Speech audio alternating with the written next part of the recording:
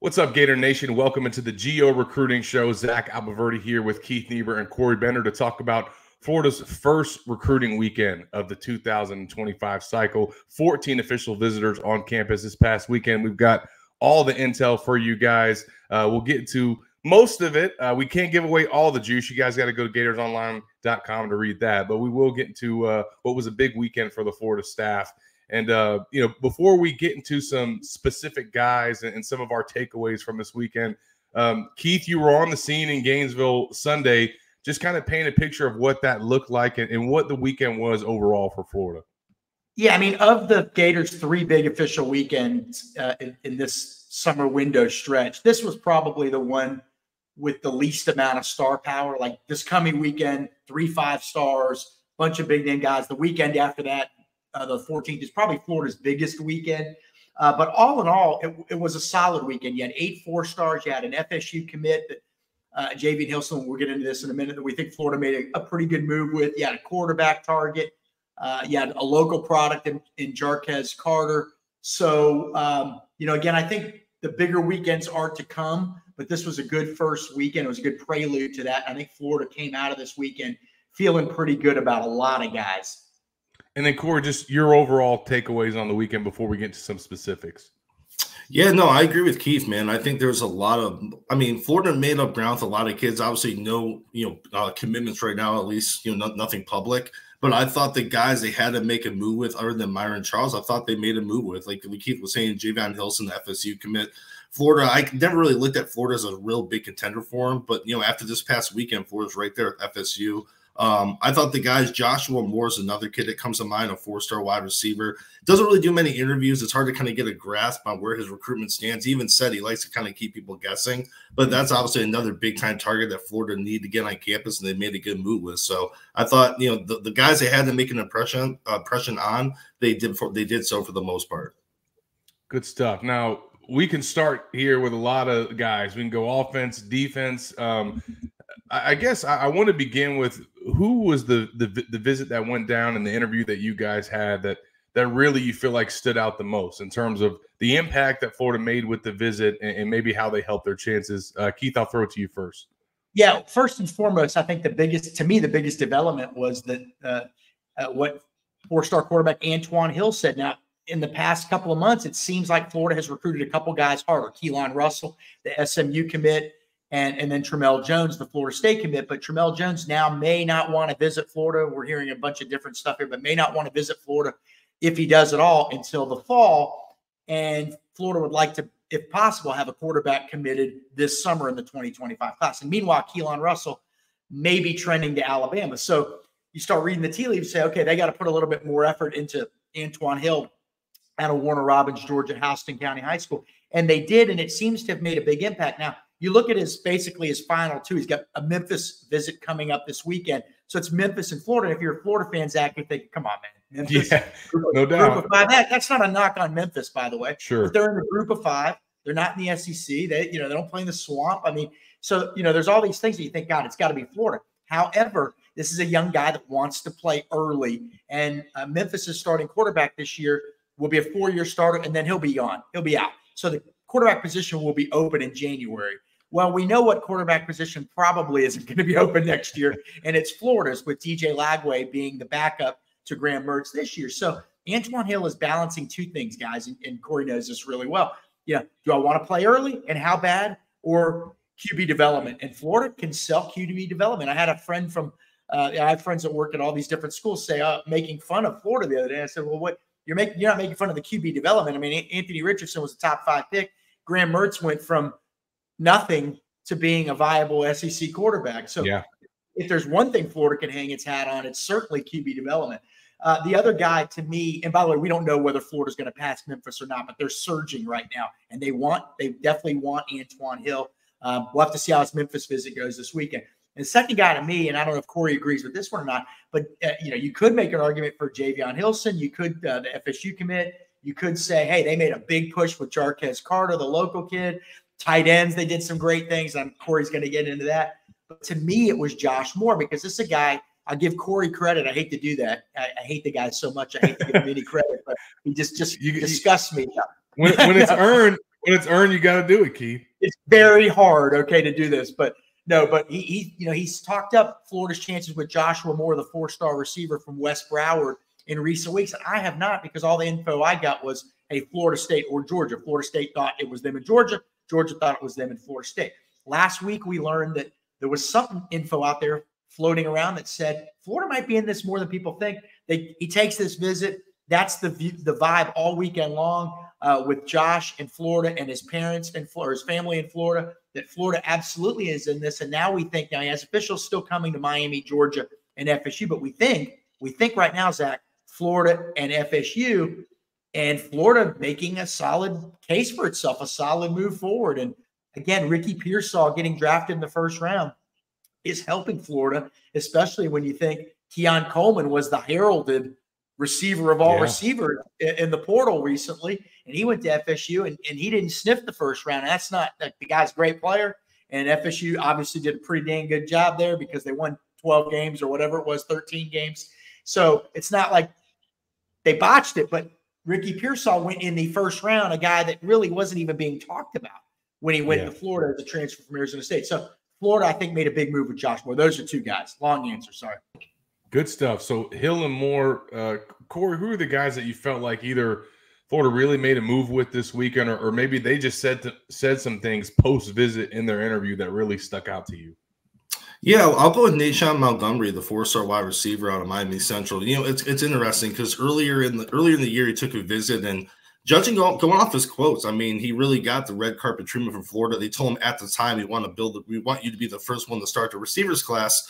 And it kind of made me think, because, Abdullah was committed for so long, and, Keith was all over that last week about, how they could be a separation at some point and he could reopen his recruitment. And then here we are now, and that kind of sticks out more. And after that visit, he said Florida's my top school right now. Obviously, he has visits coming up. I believe it's LSU, and I believe the other school is Penn State. There's those two schools. He was going to go to Miami, and that got canceled. So Florida's positioned well. And I thought early in the year, I thought Florida probably was a school trending up. I looked at Penn State as that dark horse because of how hard they're probably recruiting the hardest, I would say. So it's going to be interesting. But, Florida, no receivers committed right now, but he obviously is a big-time recruit with a lengthy offer sheet who can kind of do it all, and he has some versatility on the perimeter too. So having him label Florida as #1 school going to some other visits, I thought that was really notable. Good stuff. Can I add one thing, Zach? Can I add one thing on Nashawn Montgomery? Sure. And this is, Corey's got more intel on him than me, but I will point out he's at Miami Central now, and you think, God, recent history tells us that Florida hasn't exactly crushed it in Miami-Dade County. Right? They've got some pretty good guys, obviously, but haven't what we consider crushed it. But Nashawn Montgomery actually moved down from Palm Beach County this year, so he's more of a Palm Beach kid, I think, West Palm Beach, Palm Beach County kid than a Miami-Dade County kid. And Florida historically has done really well in Palm Beach County. So I think Corey absolutely on top of that one. It seems like Florida's trending in the right direction, man. And I think even before that, he was in Rhode Island or Maine before he moved down his freshman year. So he's been kind of like, he's initially a Northeast kid. So we'll see. We'll see how it all plays out. It's funny, Corey? Again, historically, Florida's done well in the Northeast.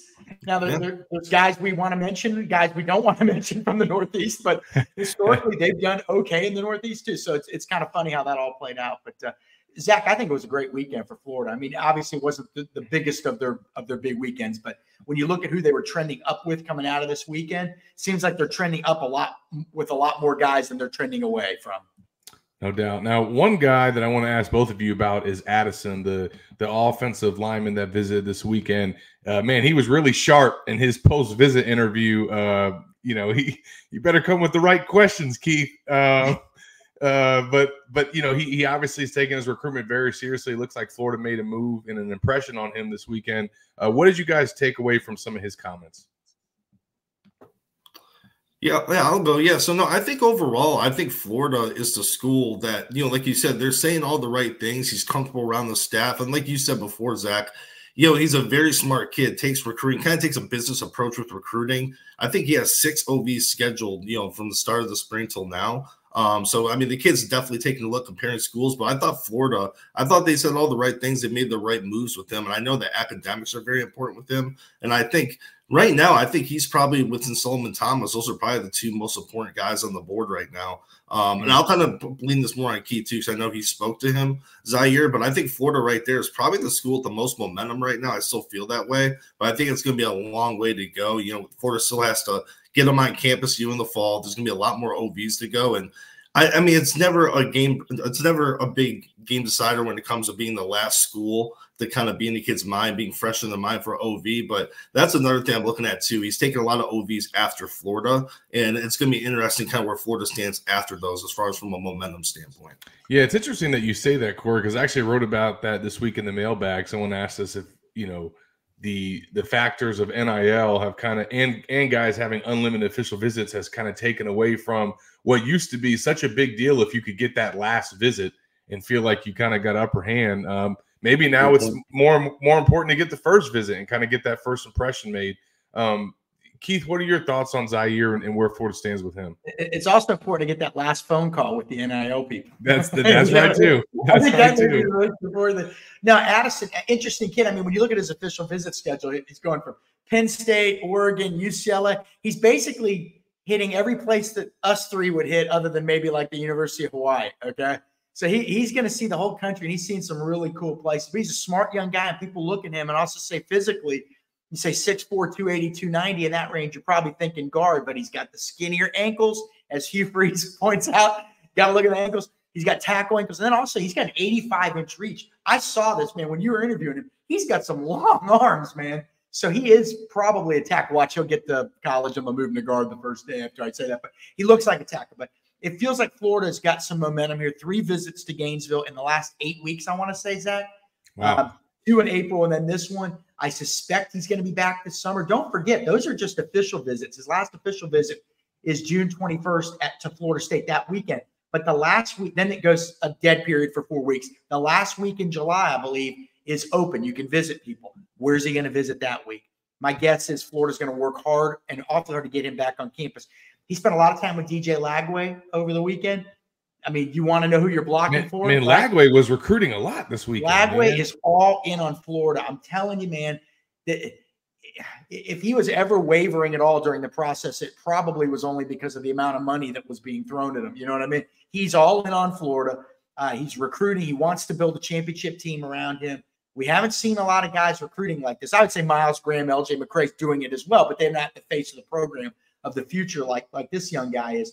And then also Zaire Addison spent a lot of time with Florida's offensive line coaches, behind the scenes guys that coach, but also Jonathan DeCoster and Rob Sale, the 2 on-field offensive line coaches. And he's buying in, man. His biggest thing is feeling at home and development. And Florida is selling development hard. They've had guys on the offensive line get drafted. Some of the schools recently, some of the schools recruiting that they're recruiting against haven't had that kind of that many people get drafted on the offensive line. So they're really selling that. 2 offensive line coaches, both of whom have coached in the NFL. It's resonating with them, but they got to get to the finish line, and he's got some big visits coming up. Good stuff. Now, I want to ask you guys about 2 prospects really associated hard with Florida State. Obviously, one of them is committed to the Noles and Hilson, and then Myron Charles as well out of Port Charlotte. How did Florida do this weekend with those 2 guys specifically, and what seems like a battle with Florida State?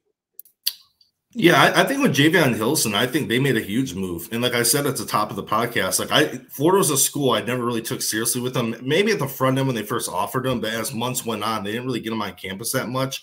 He then committed to Alabama too. Now he's committed to Florida State. But, you know, this past weekend, he mentioned the brotherhood. He mentioned how tight the whole entire program is together. And I know when Keith spoke to him in the spring, he noted how Florida's last season, it wasn't the best season. He wants to see progress in the fall. I think the other key thing he said was, you know, he got to watch them work out over the weekend and kind of gave him more hope about Florida going forward. I thought that was a big deal. He kind of saw more promise with them. LJ McCrae is another one he spoke to, you know, obviously another highly regarded edge player who just went through the process. So I thought everything was structured perfectly to kind of make an impression on this kid. And like you said, he's already been committed. This is a second commitment. Every kid's different, but, you know, he has a full slate of OVs too, with Florida now being number 2, surpassing Texas. Now they're behind FSU. I think that's the best you could have got, you know, out of the kid. And I think he's coming back to the Miami game, the season opener, and talking about results and promise. I think that visit in that outing, in the season opener, probably will have a huge impact on where Florida stands with them after that. If Florida can come out and beat Miami and make an impact, I think they can slowly keep progressing with them. But I think the visit went as good as you could have had with him. And like you say, he's already has another visit set up. So I think that's a job well done by Florida. Yeah, with Hilson, I'd have to look into this. I feel like that FSU's had a couple edges decommit in recent cycles. I think one of them was Keldrick Falk. And so that's a concern up there, I think. I think there is some genuine concern in Tallahassee with Javion Hilson because, he's already on his second commitment. Now, granted, Nick Saban retired. I mean, it was hard to predict that was going to happen. And that led him to one of the reasons that led him to flip to Florida State in the first place. But, he's a kid that wants to take a lot of visits. He's from Cocoa High. Again, the Space Coast has been very, very good to the Gators historically. Space Coast Gators, baby. Oh my God! From Wilbur Marshall to Chris Collinsworth. We mentioned this the other day. Jawan Taylor, the great James McGriff, who tragically died and never got to play at Florida, but just a sensational talent that was all Gator. Joe Cohen. Was Marcus May from that area too? I mean, it's just one after the other, and so they have some real cachet over there. And they made a great move this weekend. Again, DJ Lagway spent time with him. One of the dinners, I believe, Javion Hilson was seated next to Billy Napier. Billy Napier didn't sit next to all 14 guys during the weekend. Sure. Now, he went around and talked to all of them at the dinners and the breakfast. Don't get me wrong. He's very good at that, by the way, everybody tells me. But to sit at his table tells you the importance of Javion Hilson. They would love to stick it to FSU. They would love to get this guy. They already have one edge committed in Jalen Wiggins, and these two are friends, by the way. They know each other. They're good friends. They love to be edges on the same team. So I think Florida's got a real puncher's chance here. If you had to say out of Hilson and Charles, which guy do you feel like Florida has a better shot with? I think Hilson, even though he's committed, to be honest with you. I keep hearing the Myron Charles to FSU is just kind of a foregone conclusion. Now, we'll see. We've heard that about Florida guys before, and it didn't materialize. I mean, it's recruiting in 2024, so there's always different dynamics in play. We've heard NIL significant in his recruitment. Texas has made a move, so who knows? But Florida State feels very, very, very, very, very good. I guess I'll leave it at that. Corey, what would you say? Yeah, same thing. I feel it's funny. Even though he's committed to FSU, I think they have a better shot at Hilson. And I feel like with Myron Charles too, Florida was always kind of trailing for him. Even early on, Florida offered him to get him on visits. I think it was last spring.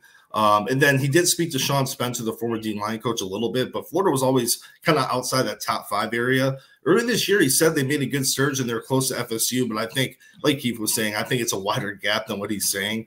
And just judging off his words this past weekend, he had a good time, but it wasn't that eye-opening visit, at least in my opinion, judging off his words and how everything went in Gainesville.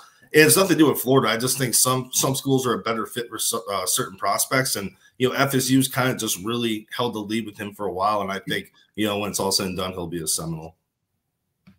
Good stuff. Now, obviously, there's another big visitor that was in town this past weekend, and that is the linebacker out of the state of Georgia, Christian Gass, who has been a top target for Florida. They're battling, obviously, the in-state Bulldogs as well as some other schools. Keith, your impressions of what Florida did with this weekend with him? I was hoping you'd throw that one to Corey. That's a tough one. I mean, I didn't get a real feel, to be honest with you. He did confirm something that he also told us a couple weeks ago, that in his opinion, Florida and Tennessee are still recruiting him the hardest. So that was still the same. So that's always telling. It doesn't necessarily mean that's the case, but that's the perception of the kid. So perception's reality. So he says Florida and Tennessee are recruiting the hardest. In the minds of me and Corey, we're thinking, okay, well, those are obviously 2 teams to watch. He's got an official visit to Southern Cal this weekend. He's going to Georgia next weekend, Kentucky the week after that. We don't know how hard Georgia's recruiting him. I mean, that's whether people want to believe it or not, that's always going to be a big factor. He's a kid in the Peach State, about 30 minutes east of Atlanta, which means he's just south of Athens. So if Georgia puts the foot on the gas, they've had great success in Covington in his area historically. That would be something to watch. Then, obviously Tennessee is going to then visit on June 22nd. So it's hard for me to get a real feel, but I do think Florida is in his top 2 or 3 if you put a gun to my head.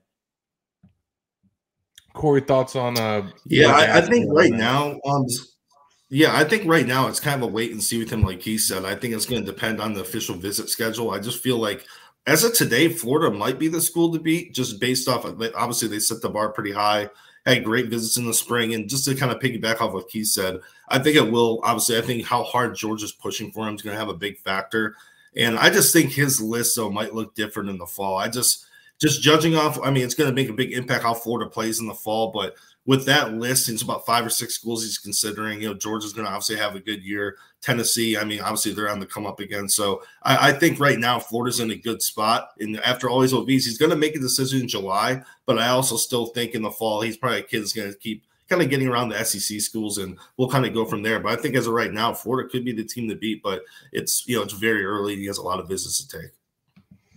Good stuff. Now, I definitely want to encourage you guys, if you are not taking advantage of this promo code that we've got going on, make sure that you do so. When you go to sign in at gatorsonline.com and you are not subscribed, you can use the promo code UF1 when you go to sign up and get 2 months of premium access for just $1. A lot more official visit weekends coming up. Camp season is underway. 7-on-7 tournaments are about to start taking place. The Gators will also have their annual Grill in the Ville next month. SEC Media Days is right around the corner. You guys, you do not want to be missing out on all of this stuff that's coming to Gators Online. So make sure, if you are not subscribed, that you get in there, use that promo code UF1 to get 2 months for just $1. So want to keep going here on this official visit weekend. And as always, fans want to know, is there going to be any commitments, or is there going to be anybody that comes out and names Florida its leader? Well, we actually did have that happen with one of their tight ends that was here this weekend, and it looks like they made a strong impression, honestly, on both tight ends. But Corey, you had the story on Micah Jones. It looks like Florida did what they needed to with him this weekend. Yeah, no, I think Florida's been the most consistent with him, I feel like, since last summer. I think that was his first major offer last year with Ole Miss, and this past weekend, it was really kind of putting the final touches on everything. He's been there for a game. He's been there in the offseason a few times. He's kind of seen everything he has to see. And obviously, Russ Callaway's done a great job in his recruitment. So I've kind of looked at his OV schedule. I put in a prediction for Florida on Saturday, and I connected with someone close to him. He said, yeah, no other OVs set right now, but there could be some others. So as of right now, I think Florida, you know, obviously they are the team to beat. He confirmed that the next day. And I just think it's going to depend on LSU. Obviously, that's going to be a big visit for him. That's been Florida's top competition all along. Keith and I have talked about Ole Miss a little bit too. They got an early RPM prediction, but you know, when he spoke to us over the weekend, spoke to Keith, you know, he didn't mention Ole Miss. I believe the other schools were Mississippi State, and I think Alabama. So Florida, they're in a great spot. He's another kid trying to make a decision in July. I think they check all the boxes. I think right now the main thing we're looking at is the rest of his summer OV schedule. Who's going to get those? We expect LSU to be one of them. But I think right now Florida definitely feels good, and they should. I just have one quick thing to add with Micah Jones. We're not noticing a lot of LSU stories being written about him. You can't always read into that, but by and large, our LSU writers seem to be pretty plugged in that market. Now, there's always, you can get blindsided. And Micah Jones is from Mississippi, and there's probably no crazier state of recruiting than Mississippi, maybe Memphis, which pretty much is in Mississippi. And so that's something to think about there, too. We're just not, you know, you're not seeing all these articles about him. So feels like Florida's got a real chance there. Yeah, speaking of that, Keith, I do remember the fact that Walter Nolan played high school in Mississippi but lived in Memphis, or it was the other way around. So he get the double whammy right there. Yeah, he can get a little wild up there, believe me. I think Chris Jones' recruitment was one of the funniest I can remember. But I'd have to. Well, we'll talk about that some other time. But it's hard to get guys out of Mississippi that those in-state schools want. And yeah, I guess Mississippi State would be somebody to watch with Micah Jones too. But we'll see. And then, what are your guys' thoughts on the other tight end as well that visited? Corey really knows more about that. But Tashawn Gelsey of Jacksonville Riverside, I talked to him after his visit. He basically said, "Look, man, I don't have a number one." I said, "Well, all right, who's in the best spot?" Florida's in the best spot. So you know that's. I don't want to trick kids, but I mean, that's kind of what we got to do. We got to get some answers. But now he's a great young guy, real long and lean frame, pass catching type tight end. I like where they sit. The official visits coming up to Wake Forest and Tulane. But Corey, you got more info on him. I don't want to cut into your deal here. No, you're good. Yeah, no, I think same thing as Keith said. I think Florida, that's a school that's been recruiting him for a while now. And even in the past, you kind of see what it could lead up to. You'll see these guys visit on the weekends. There'll be a ton of guys with offers, but you'll kind of keep seeing guys arriving on campus, local guys that don't have an offer, and they keep coming back. And it paid off for him. That's a guy that, Florida felt like they could probably jump in a little bit late for. He's obviously from Jacksonville. Florida's a school he liked. So there's other tight ends. It's a pretty deep tight end board for Russ Callaway, but just based off where everything stands, they offered him, and Florida immediately got an OV later that week. So it was the way they structured that worked out perfectly. And I think, he plays receiver in high school. The kid had almost 800 yards last year. I think almost 10 to 12 touchdowns too. High points the ball very well. I think he's a guy that's going to be making different positional changes to the next level, going from receiver to tight end. So that's going to be something different, but he's more of a pass receiving guy. I think, decent ceiling. I'm surprised more schools haven't offered him. I think Auburn's probably the other big offer on there that could maybe get him on campus. That's one offer that could maybe slip in, later in this process and maybe change things up. But I think right now Florida definitely feels good about where they stand with him. And I think this past weekend, that could very well be your tight end class, just judging off where everything stands. And as well as Russ Callaway sings, I think that there's probably it's a no-brainer to project both these guys to the man. Gators, man, listen, that made the difference. I got to get him on a track, man. Listen, he can rock the mic. I agree. I think that guy, if you look at all the assistants on the Florida staff, to me, you're going up and down this list. I think he's the guy that may be the next guy to be a head coach from that group. I mean, he's incredibly personable. Just the way he treats Corey and I, Zach, and I don't know your interactions with him, but he's first class, man. I mean, he gets what we do. He understands families. He understands kids. He connects with. He's from Athens, by the way. Grew up in Athens, Georgia. Yeah. So, probably the best thing to come out of Athens since the B-52s or REM. But he is a guy that really connects with people, and isn't that what this is all about? And also, his tight end evaluations have been on the money. Oh yeah. And his tight end development has been on the money, right? Yeah. And so. I think Hayden Hansen has outperformed, I think, maybe everybody's expectations for him so far. I mean, he's tight end one for the Gators. Sorry, Zach. I just think this guy, Russ Callaway, when you go through, and we're looking at it from the recruiting perspective, but when you go through and look at all the boxes that he checks, this guy looks like and he's a young guy. He looks like a guy that's going to be a head coach in the next 5 years somewhere. That's my opinion. Good stuff. All right. As we wrap this up, we can't get out of here without talking about the defensive linemen. The Gators had a couple on campus, but one of them obviously committed in Jeremiah McLeod. I'm sure they're hoping that Carter is going to follow suit, the local prospect out of Newberry. Thoughts on how his trip went and kind of what this does maybe to cement Florida's standing with him? Corey, you can grab that. I'll bump this to Keith first because I know Keith has kind of had a better read on his recruitment. I hate to do it, but I hate it. He hates to give you credit. Listen, our bosses make us. They're not calling us up threatening to fire us, but they say, "Hey, look, a few months ago, hey, we're having a big on-3 recruiting prediction machine day. Everybody put in projections for kids." I'm like, "Well, I don't know, man. This is early in the cycle. Florida wasn't exactly setting the world on fire."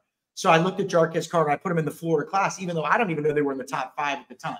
But what we know is that first-year defensive line coach Gerald Chapman is working this one hard. In fact, when we were doing our interviews with Jarquez Carter in front of the football complex on Sunday, Gerald Chapman was kind of going behind us, walking around us, and basically letting the world know that he wants this guy out loud in a loud voice. And he loves him. And the big thing for Jarquez Carter was he sees himself as an aggressive attacking defensive lineman. Of course, they all do, right? But he doesn't want to be gap control. He doesn't want to just be holding blockers and not making plays.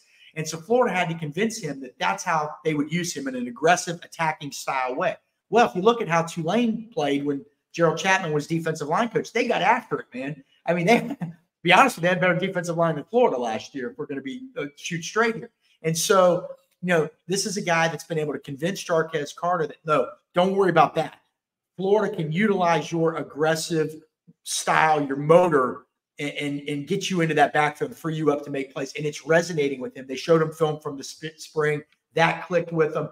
They've got all the big guys, all the big boys on that defensive line working on Jarquez Carter hard, from Caleb Banks to Cam Jackson. And it seems like Florida's made a huge move here. He wasn't going to announce a decision until the fall. He was going to officially visit Ohio State in the fall. Now he's moved that up. He's going to visit Penn State this coming week. Got a great relationship with them, we should say. And then also, and then I think June 18th through the 20th, Zach, he's going to unofficially visit Ohio State. And then we could see a decision soon after that. Florida's made a big, big move here. The light came on for them. One, he's good. Two, he produces on Friday nights. Not the biggest defensive lineman in the world, but he produces and he's got a motor. Okay.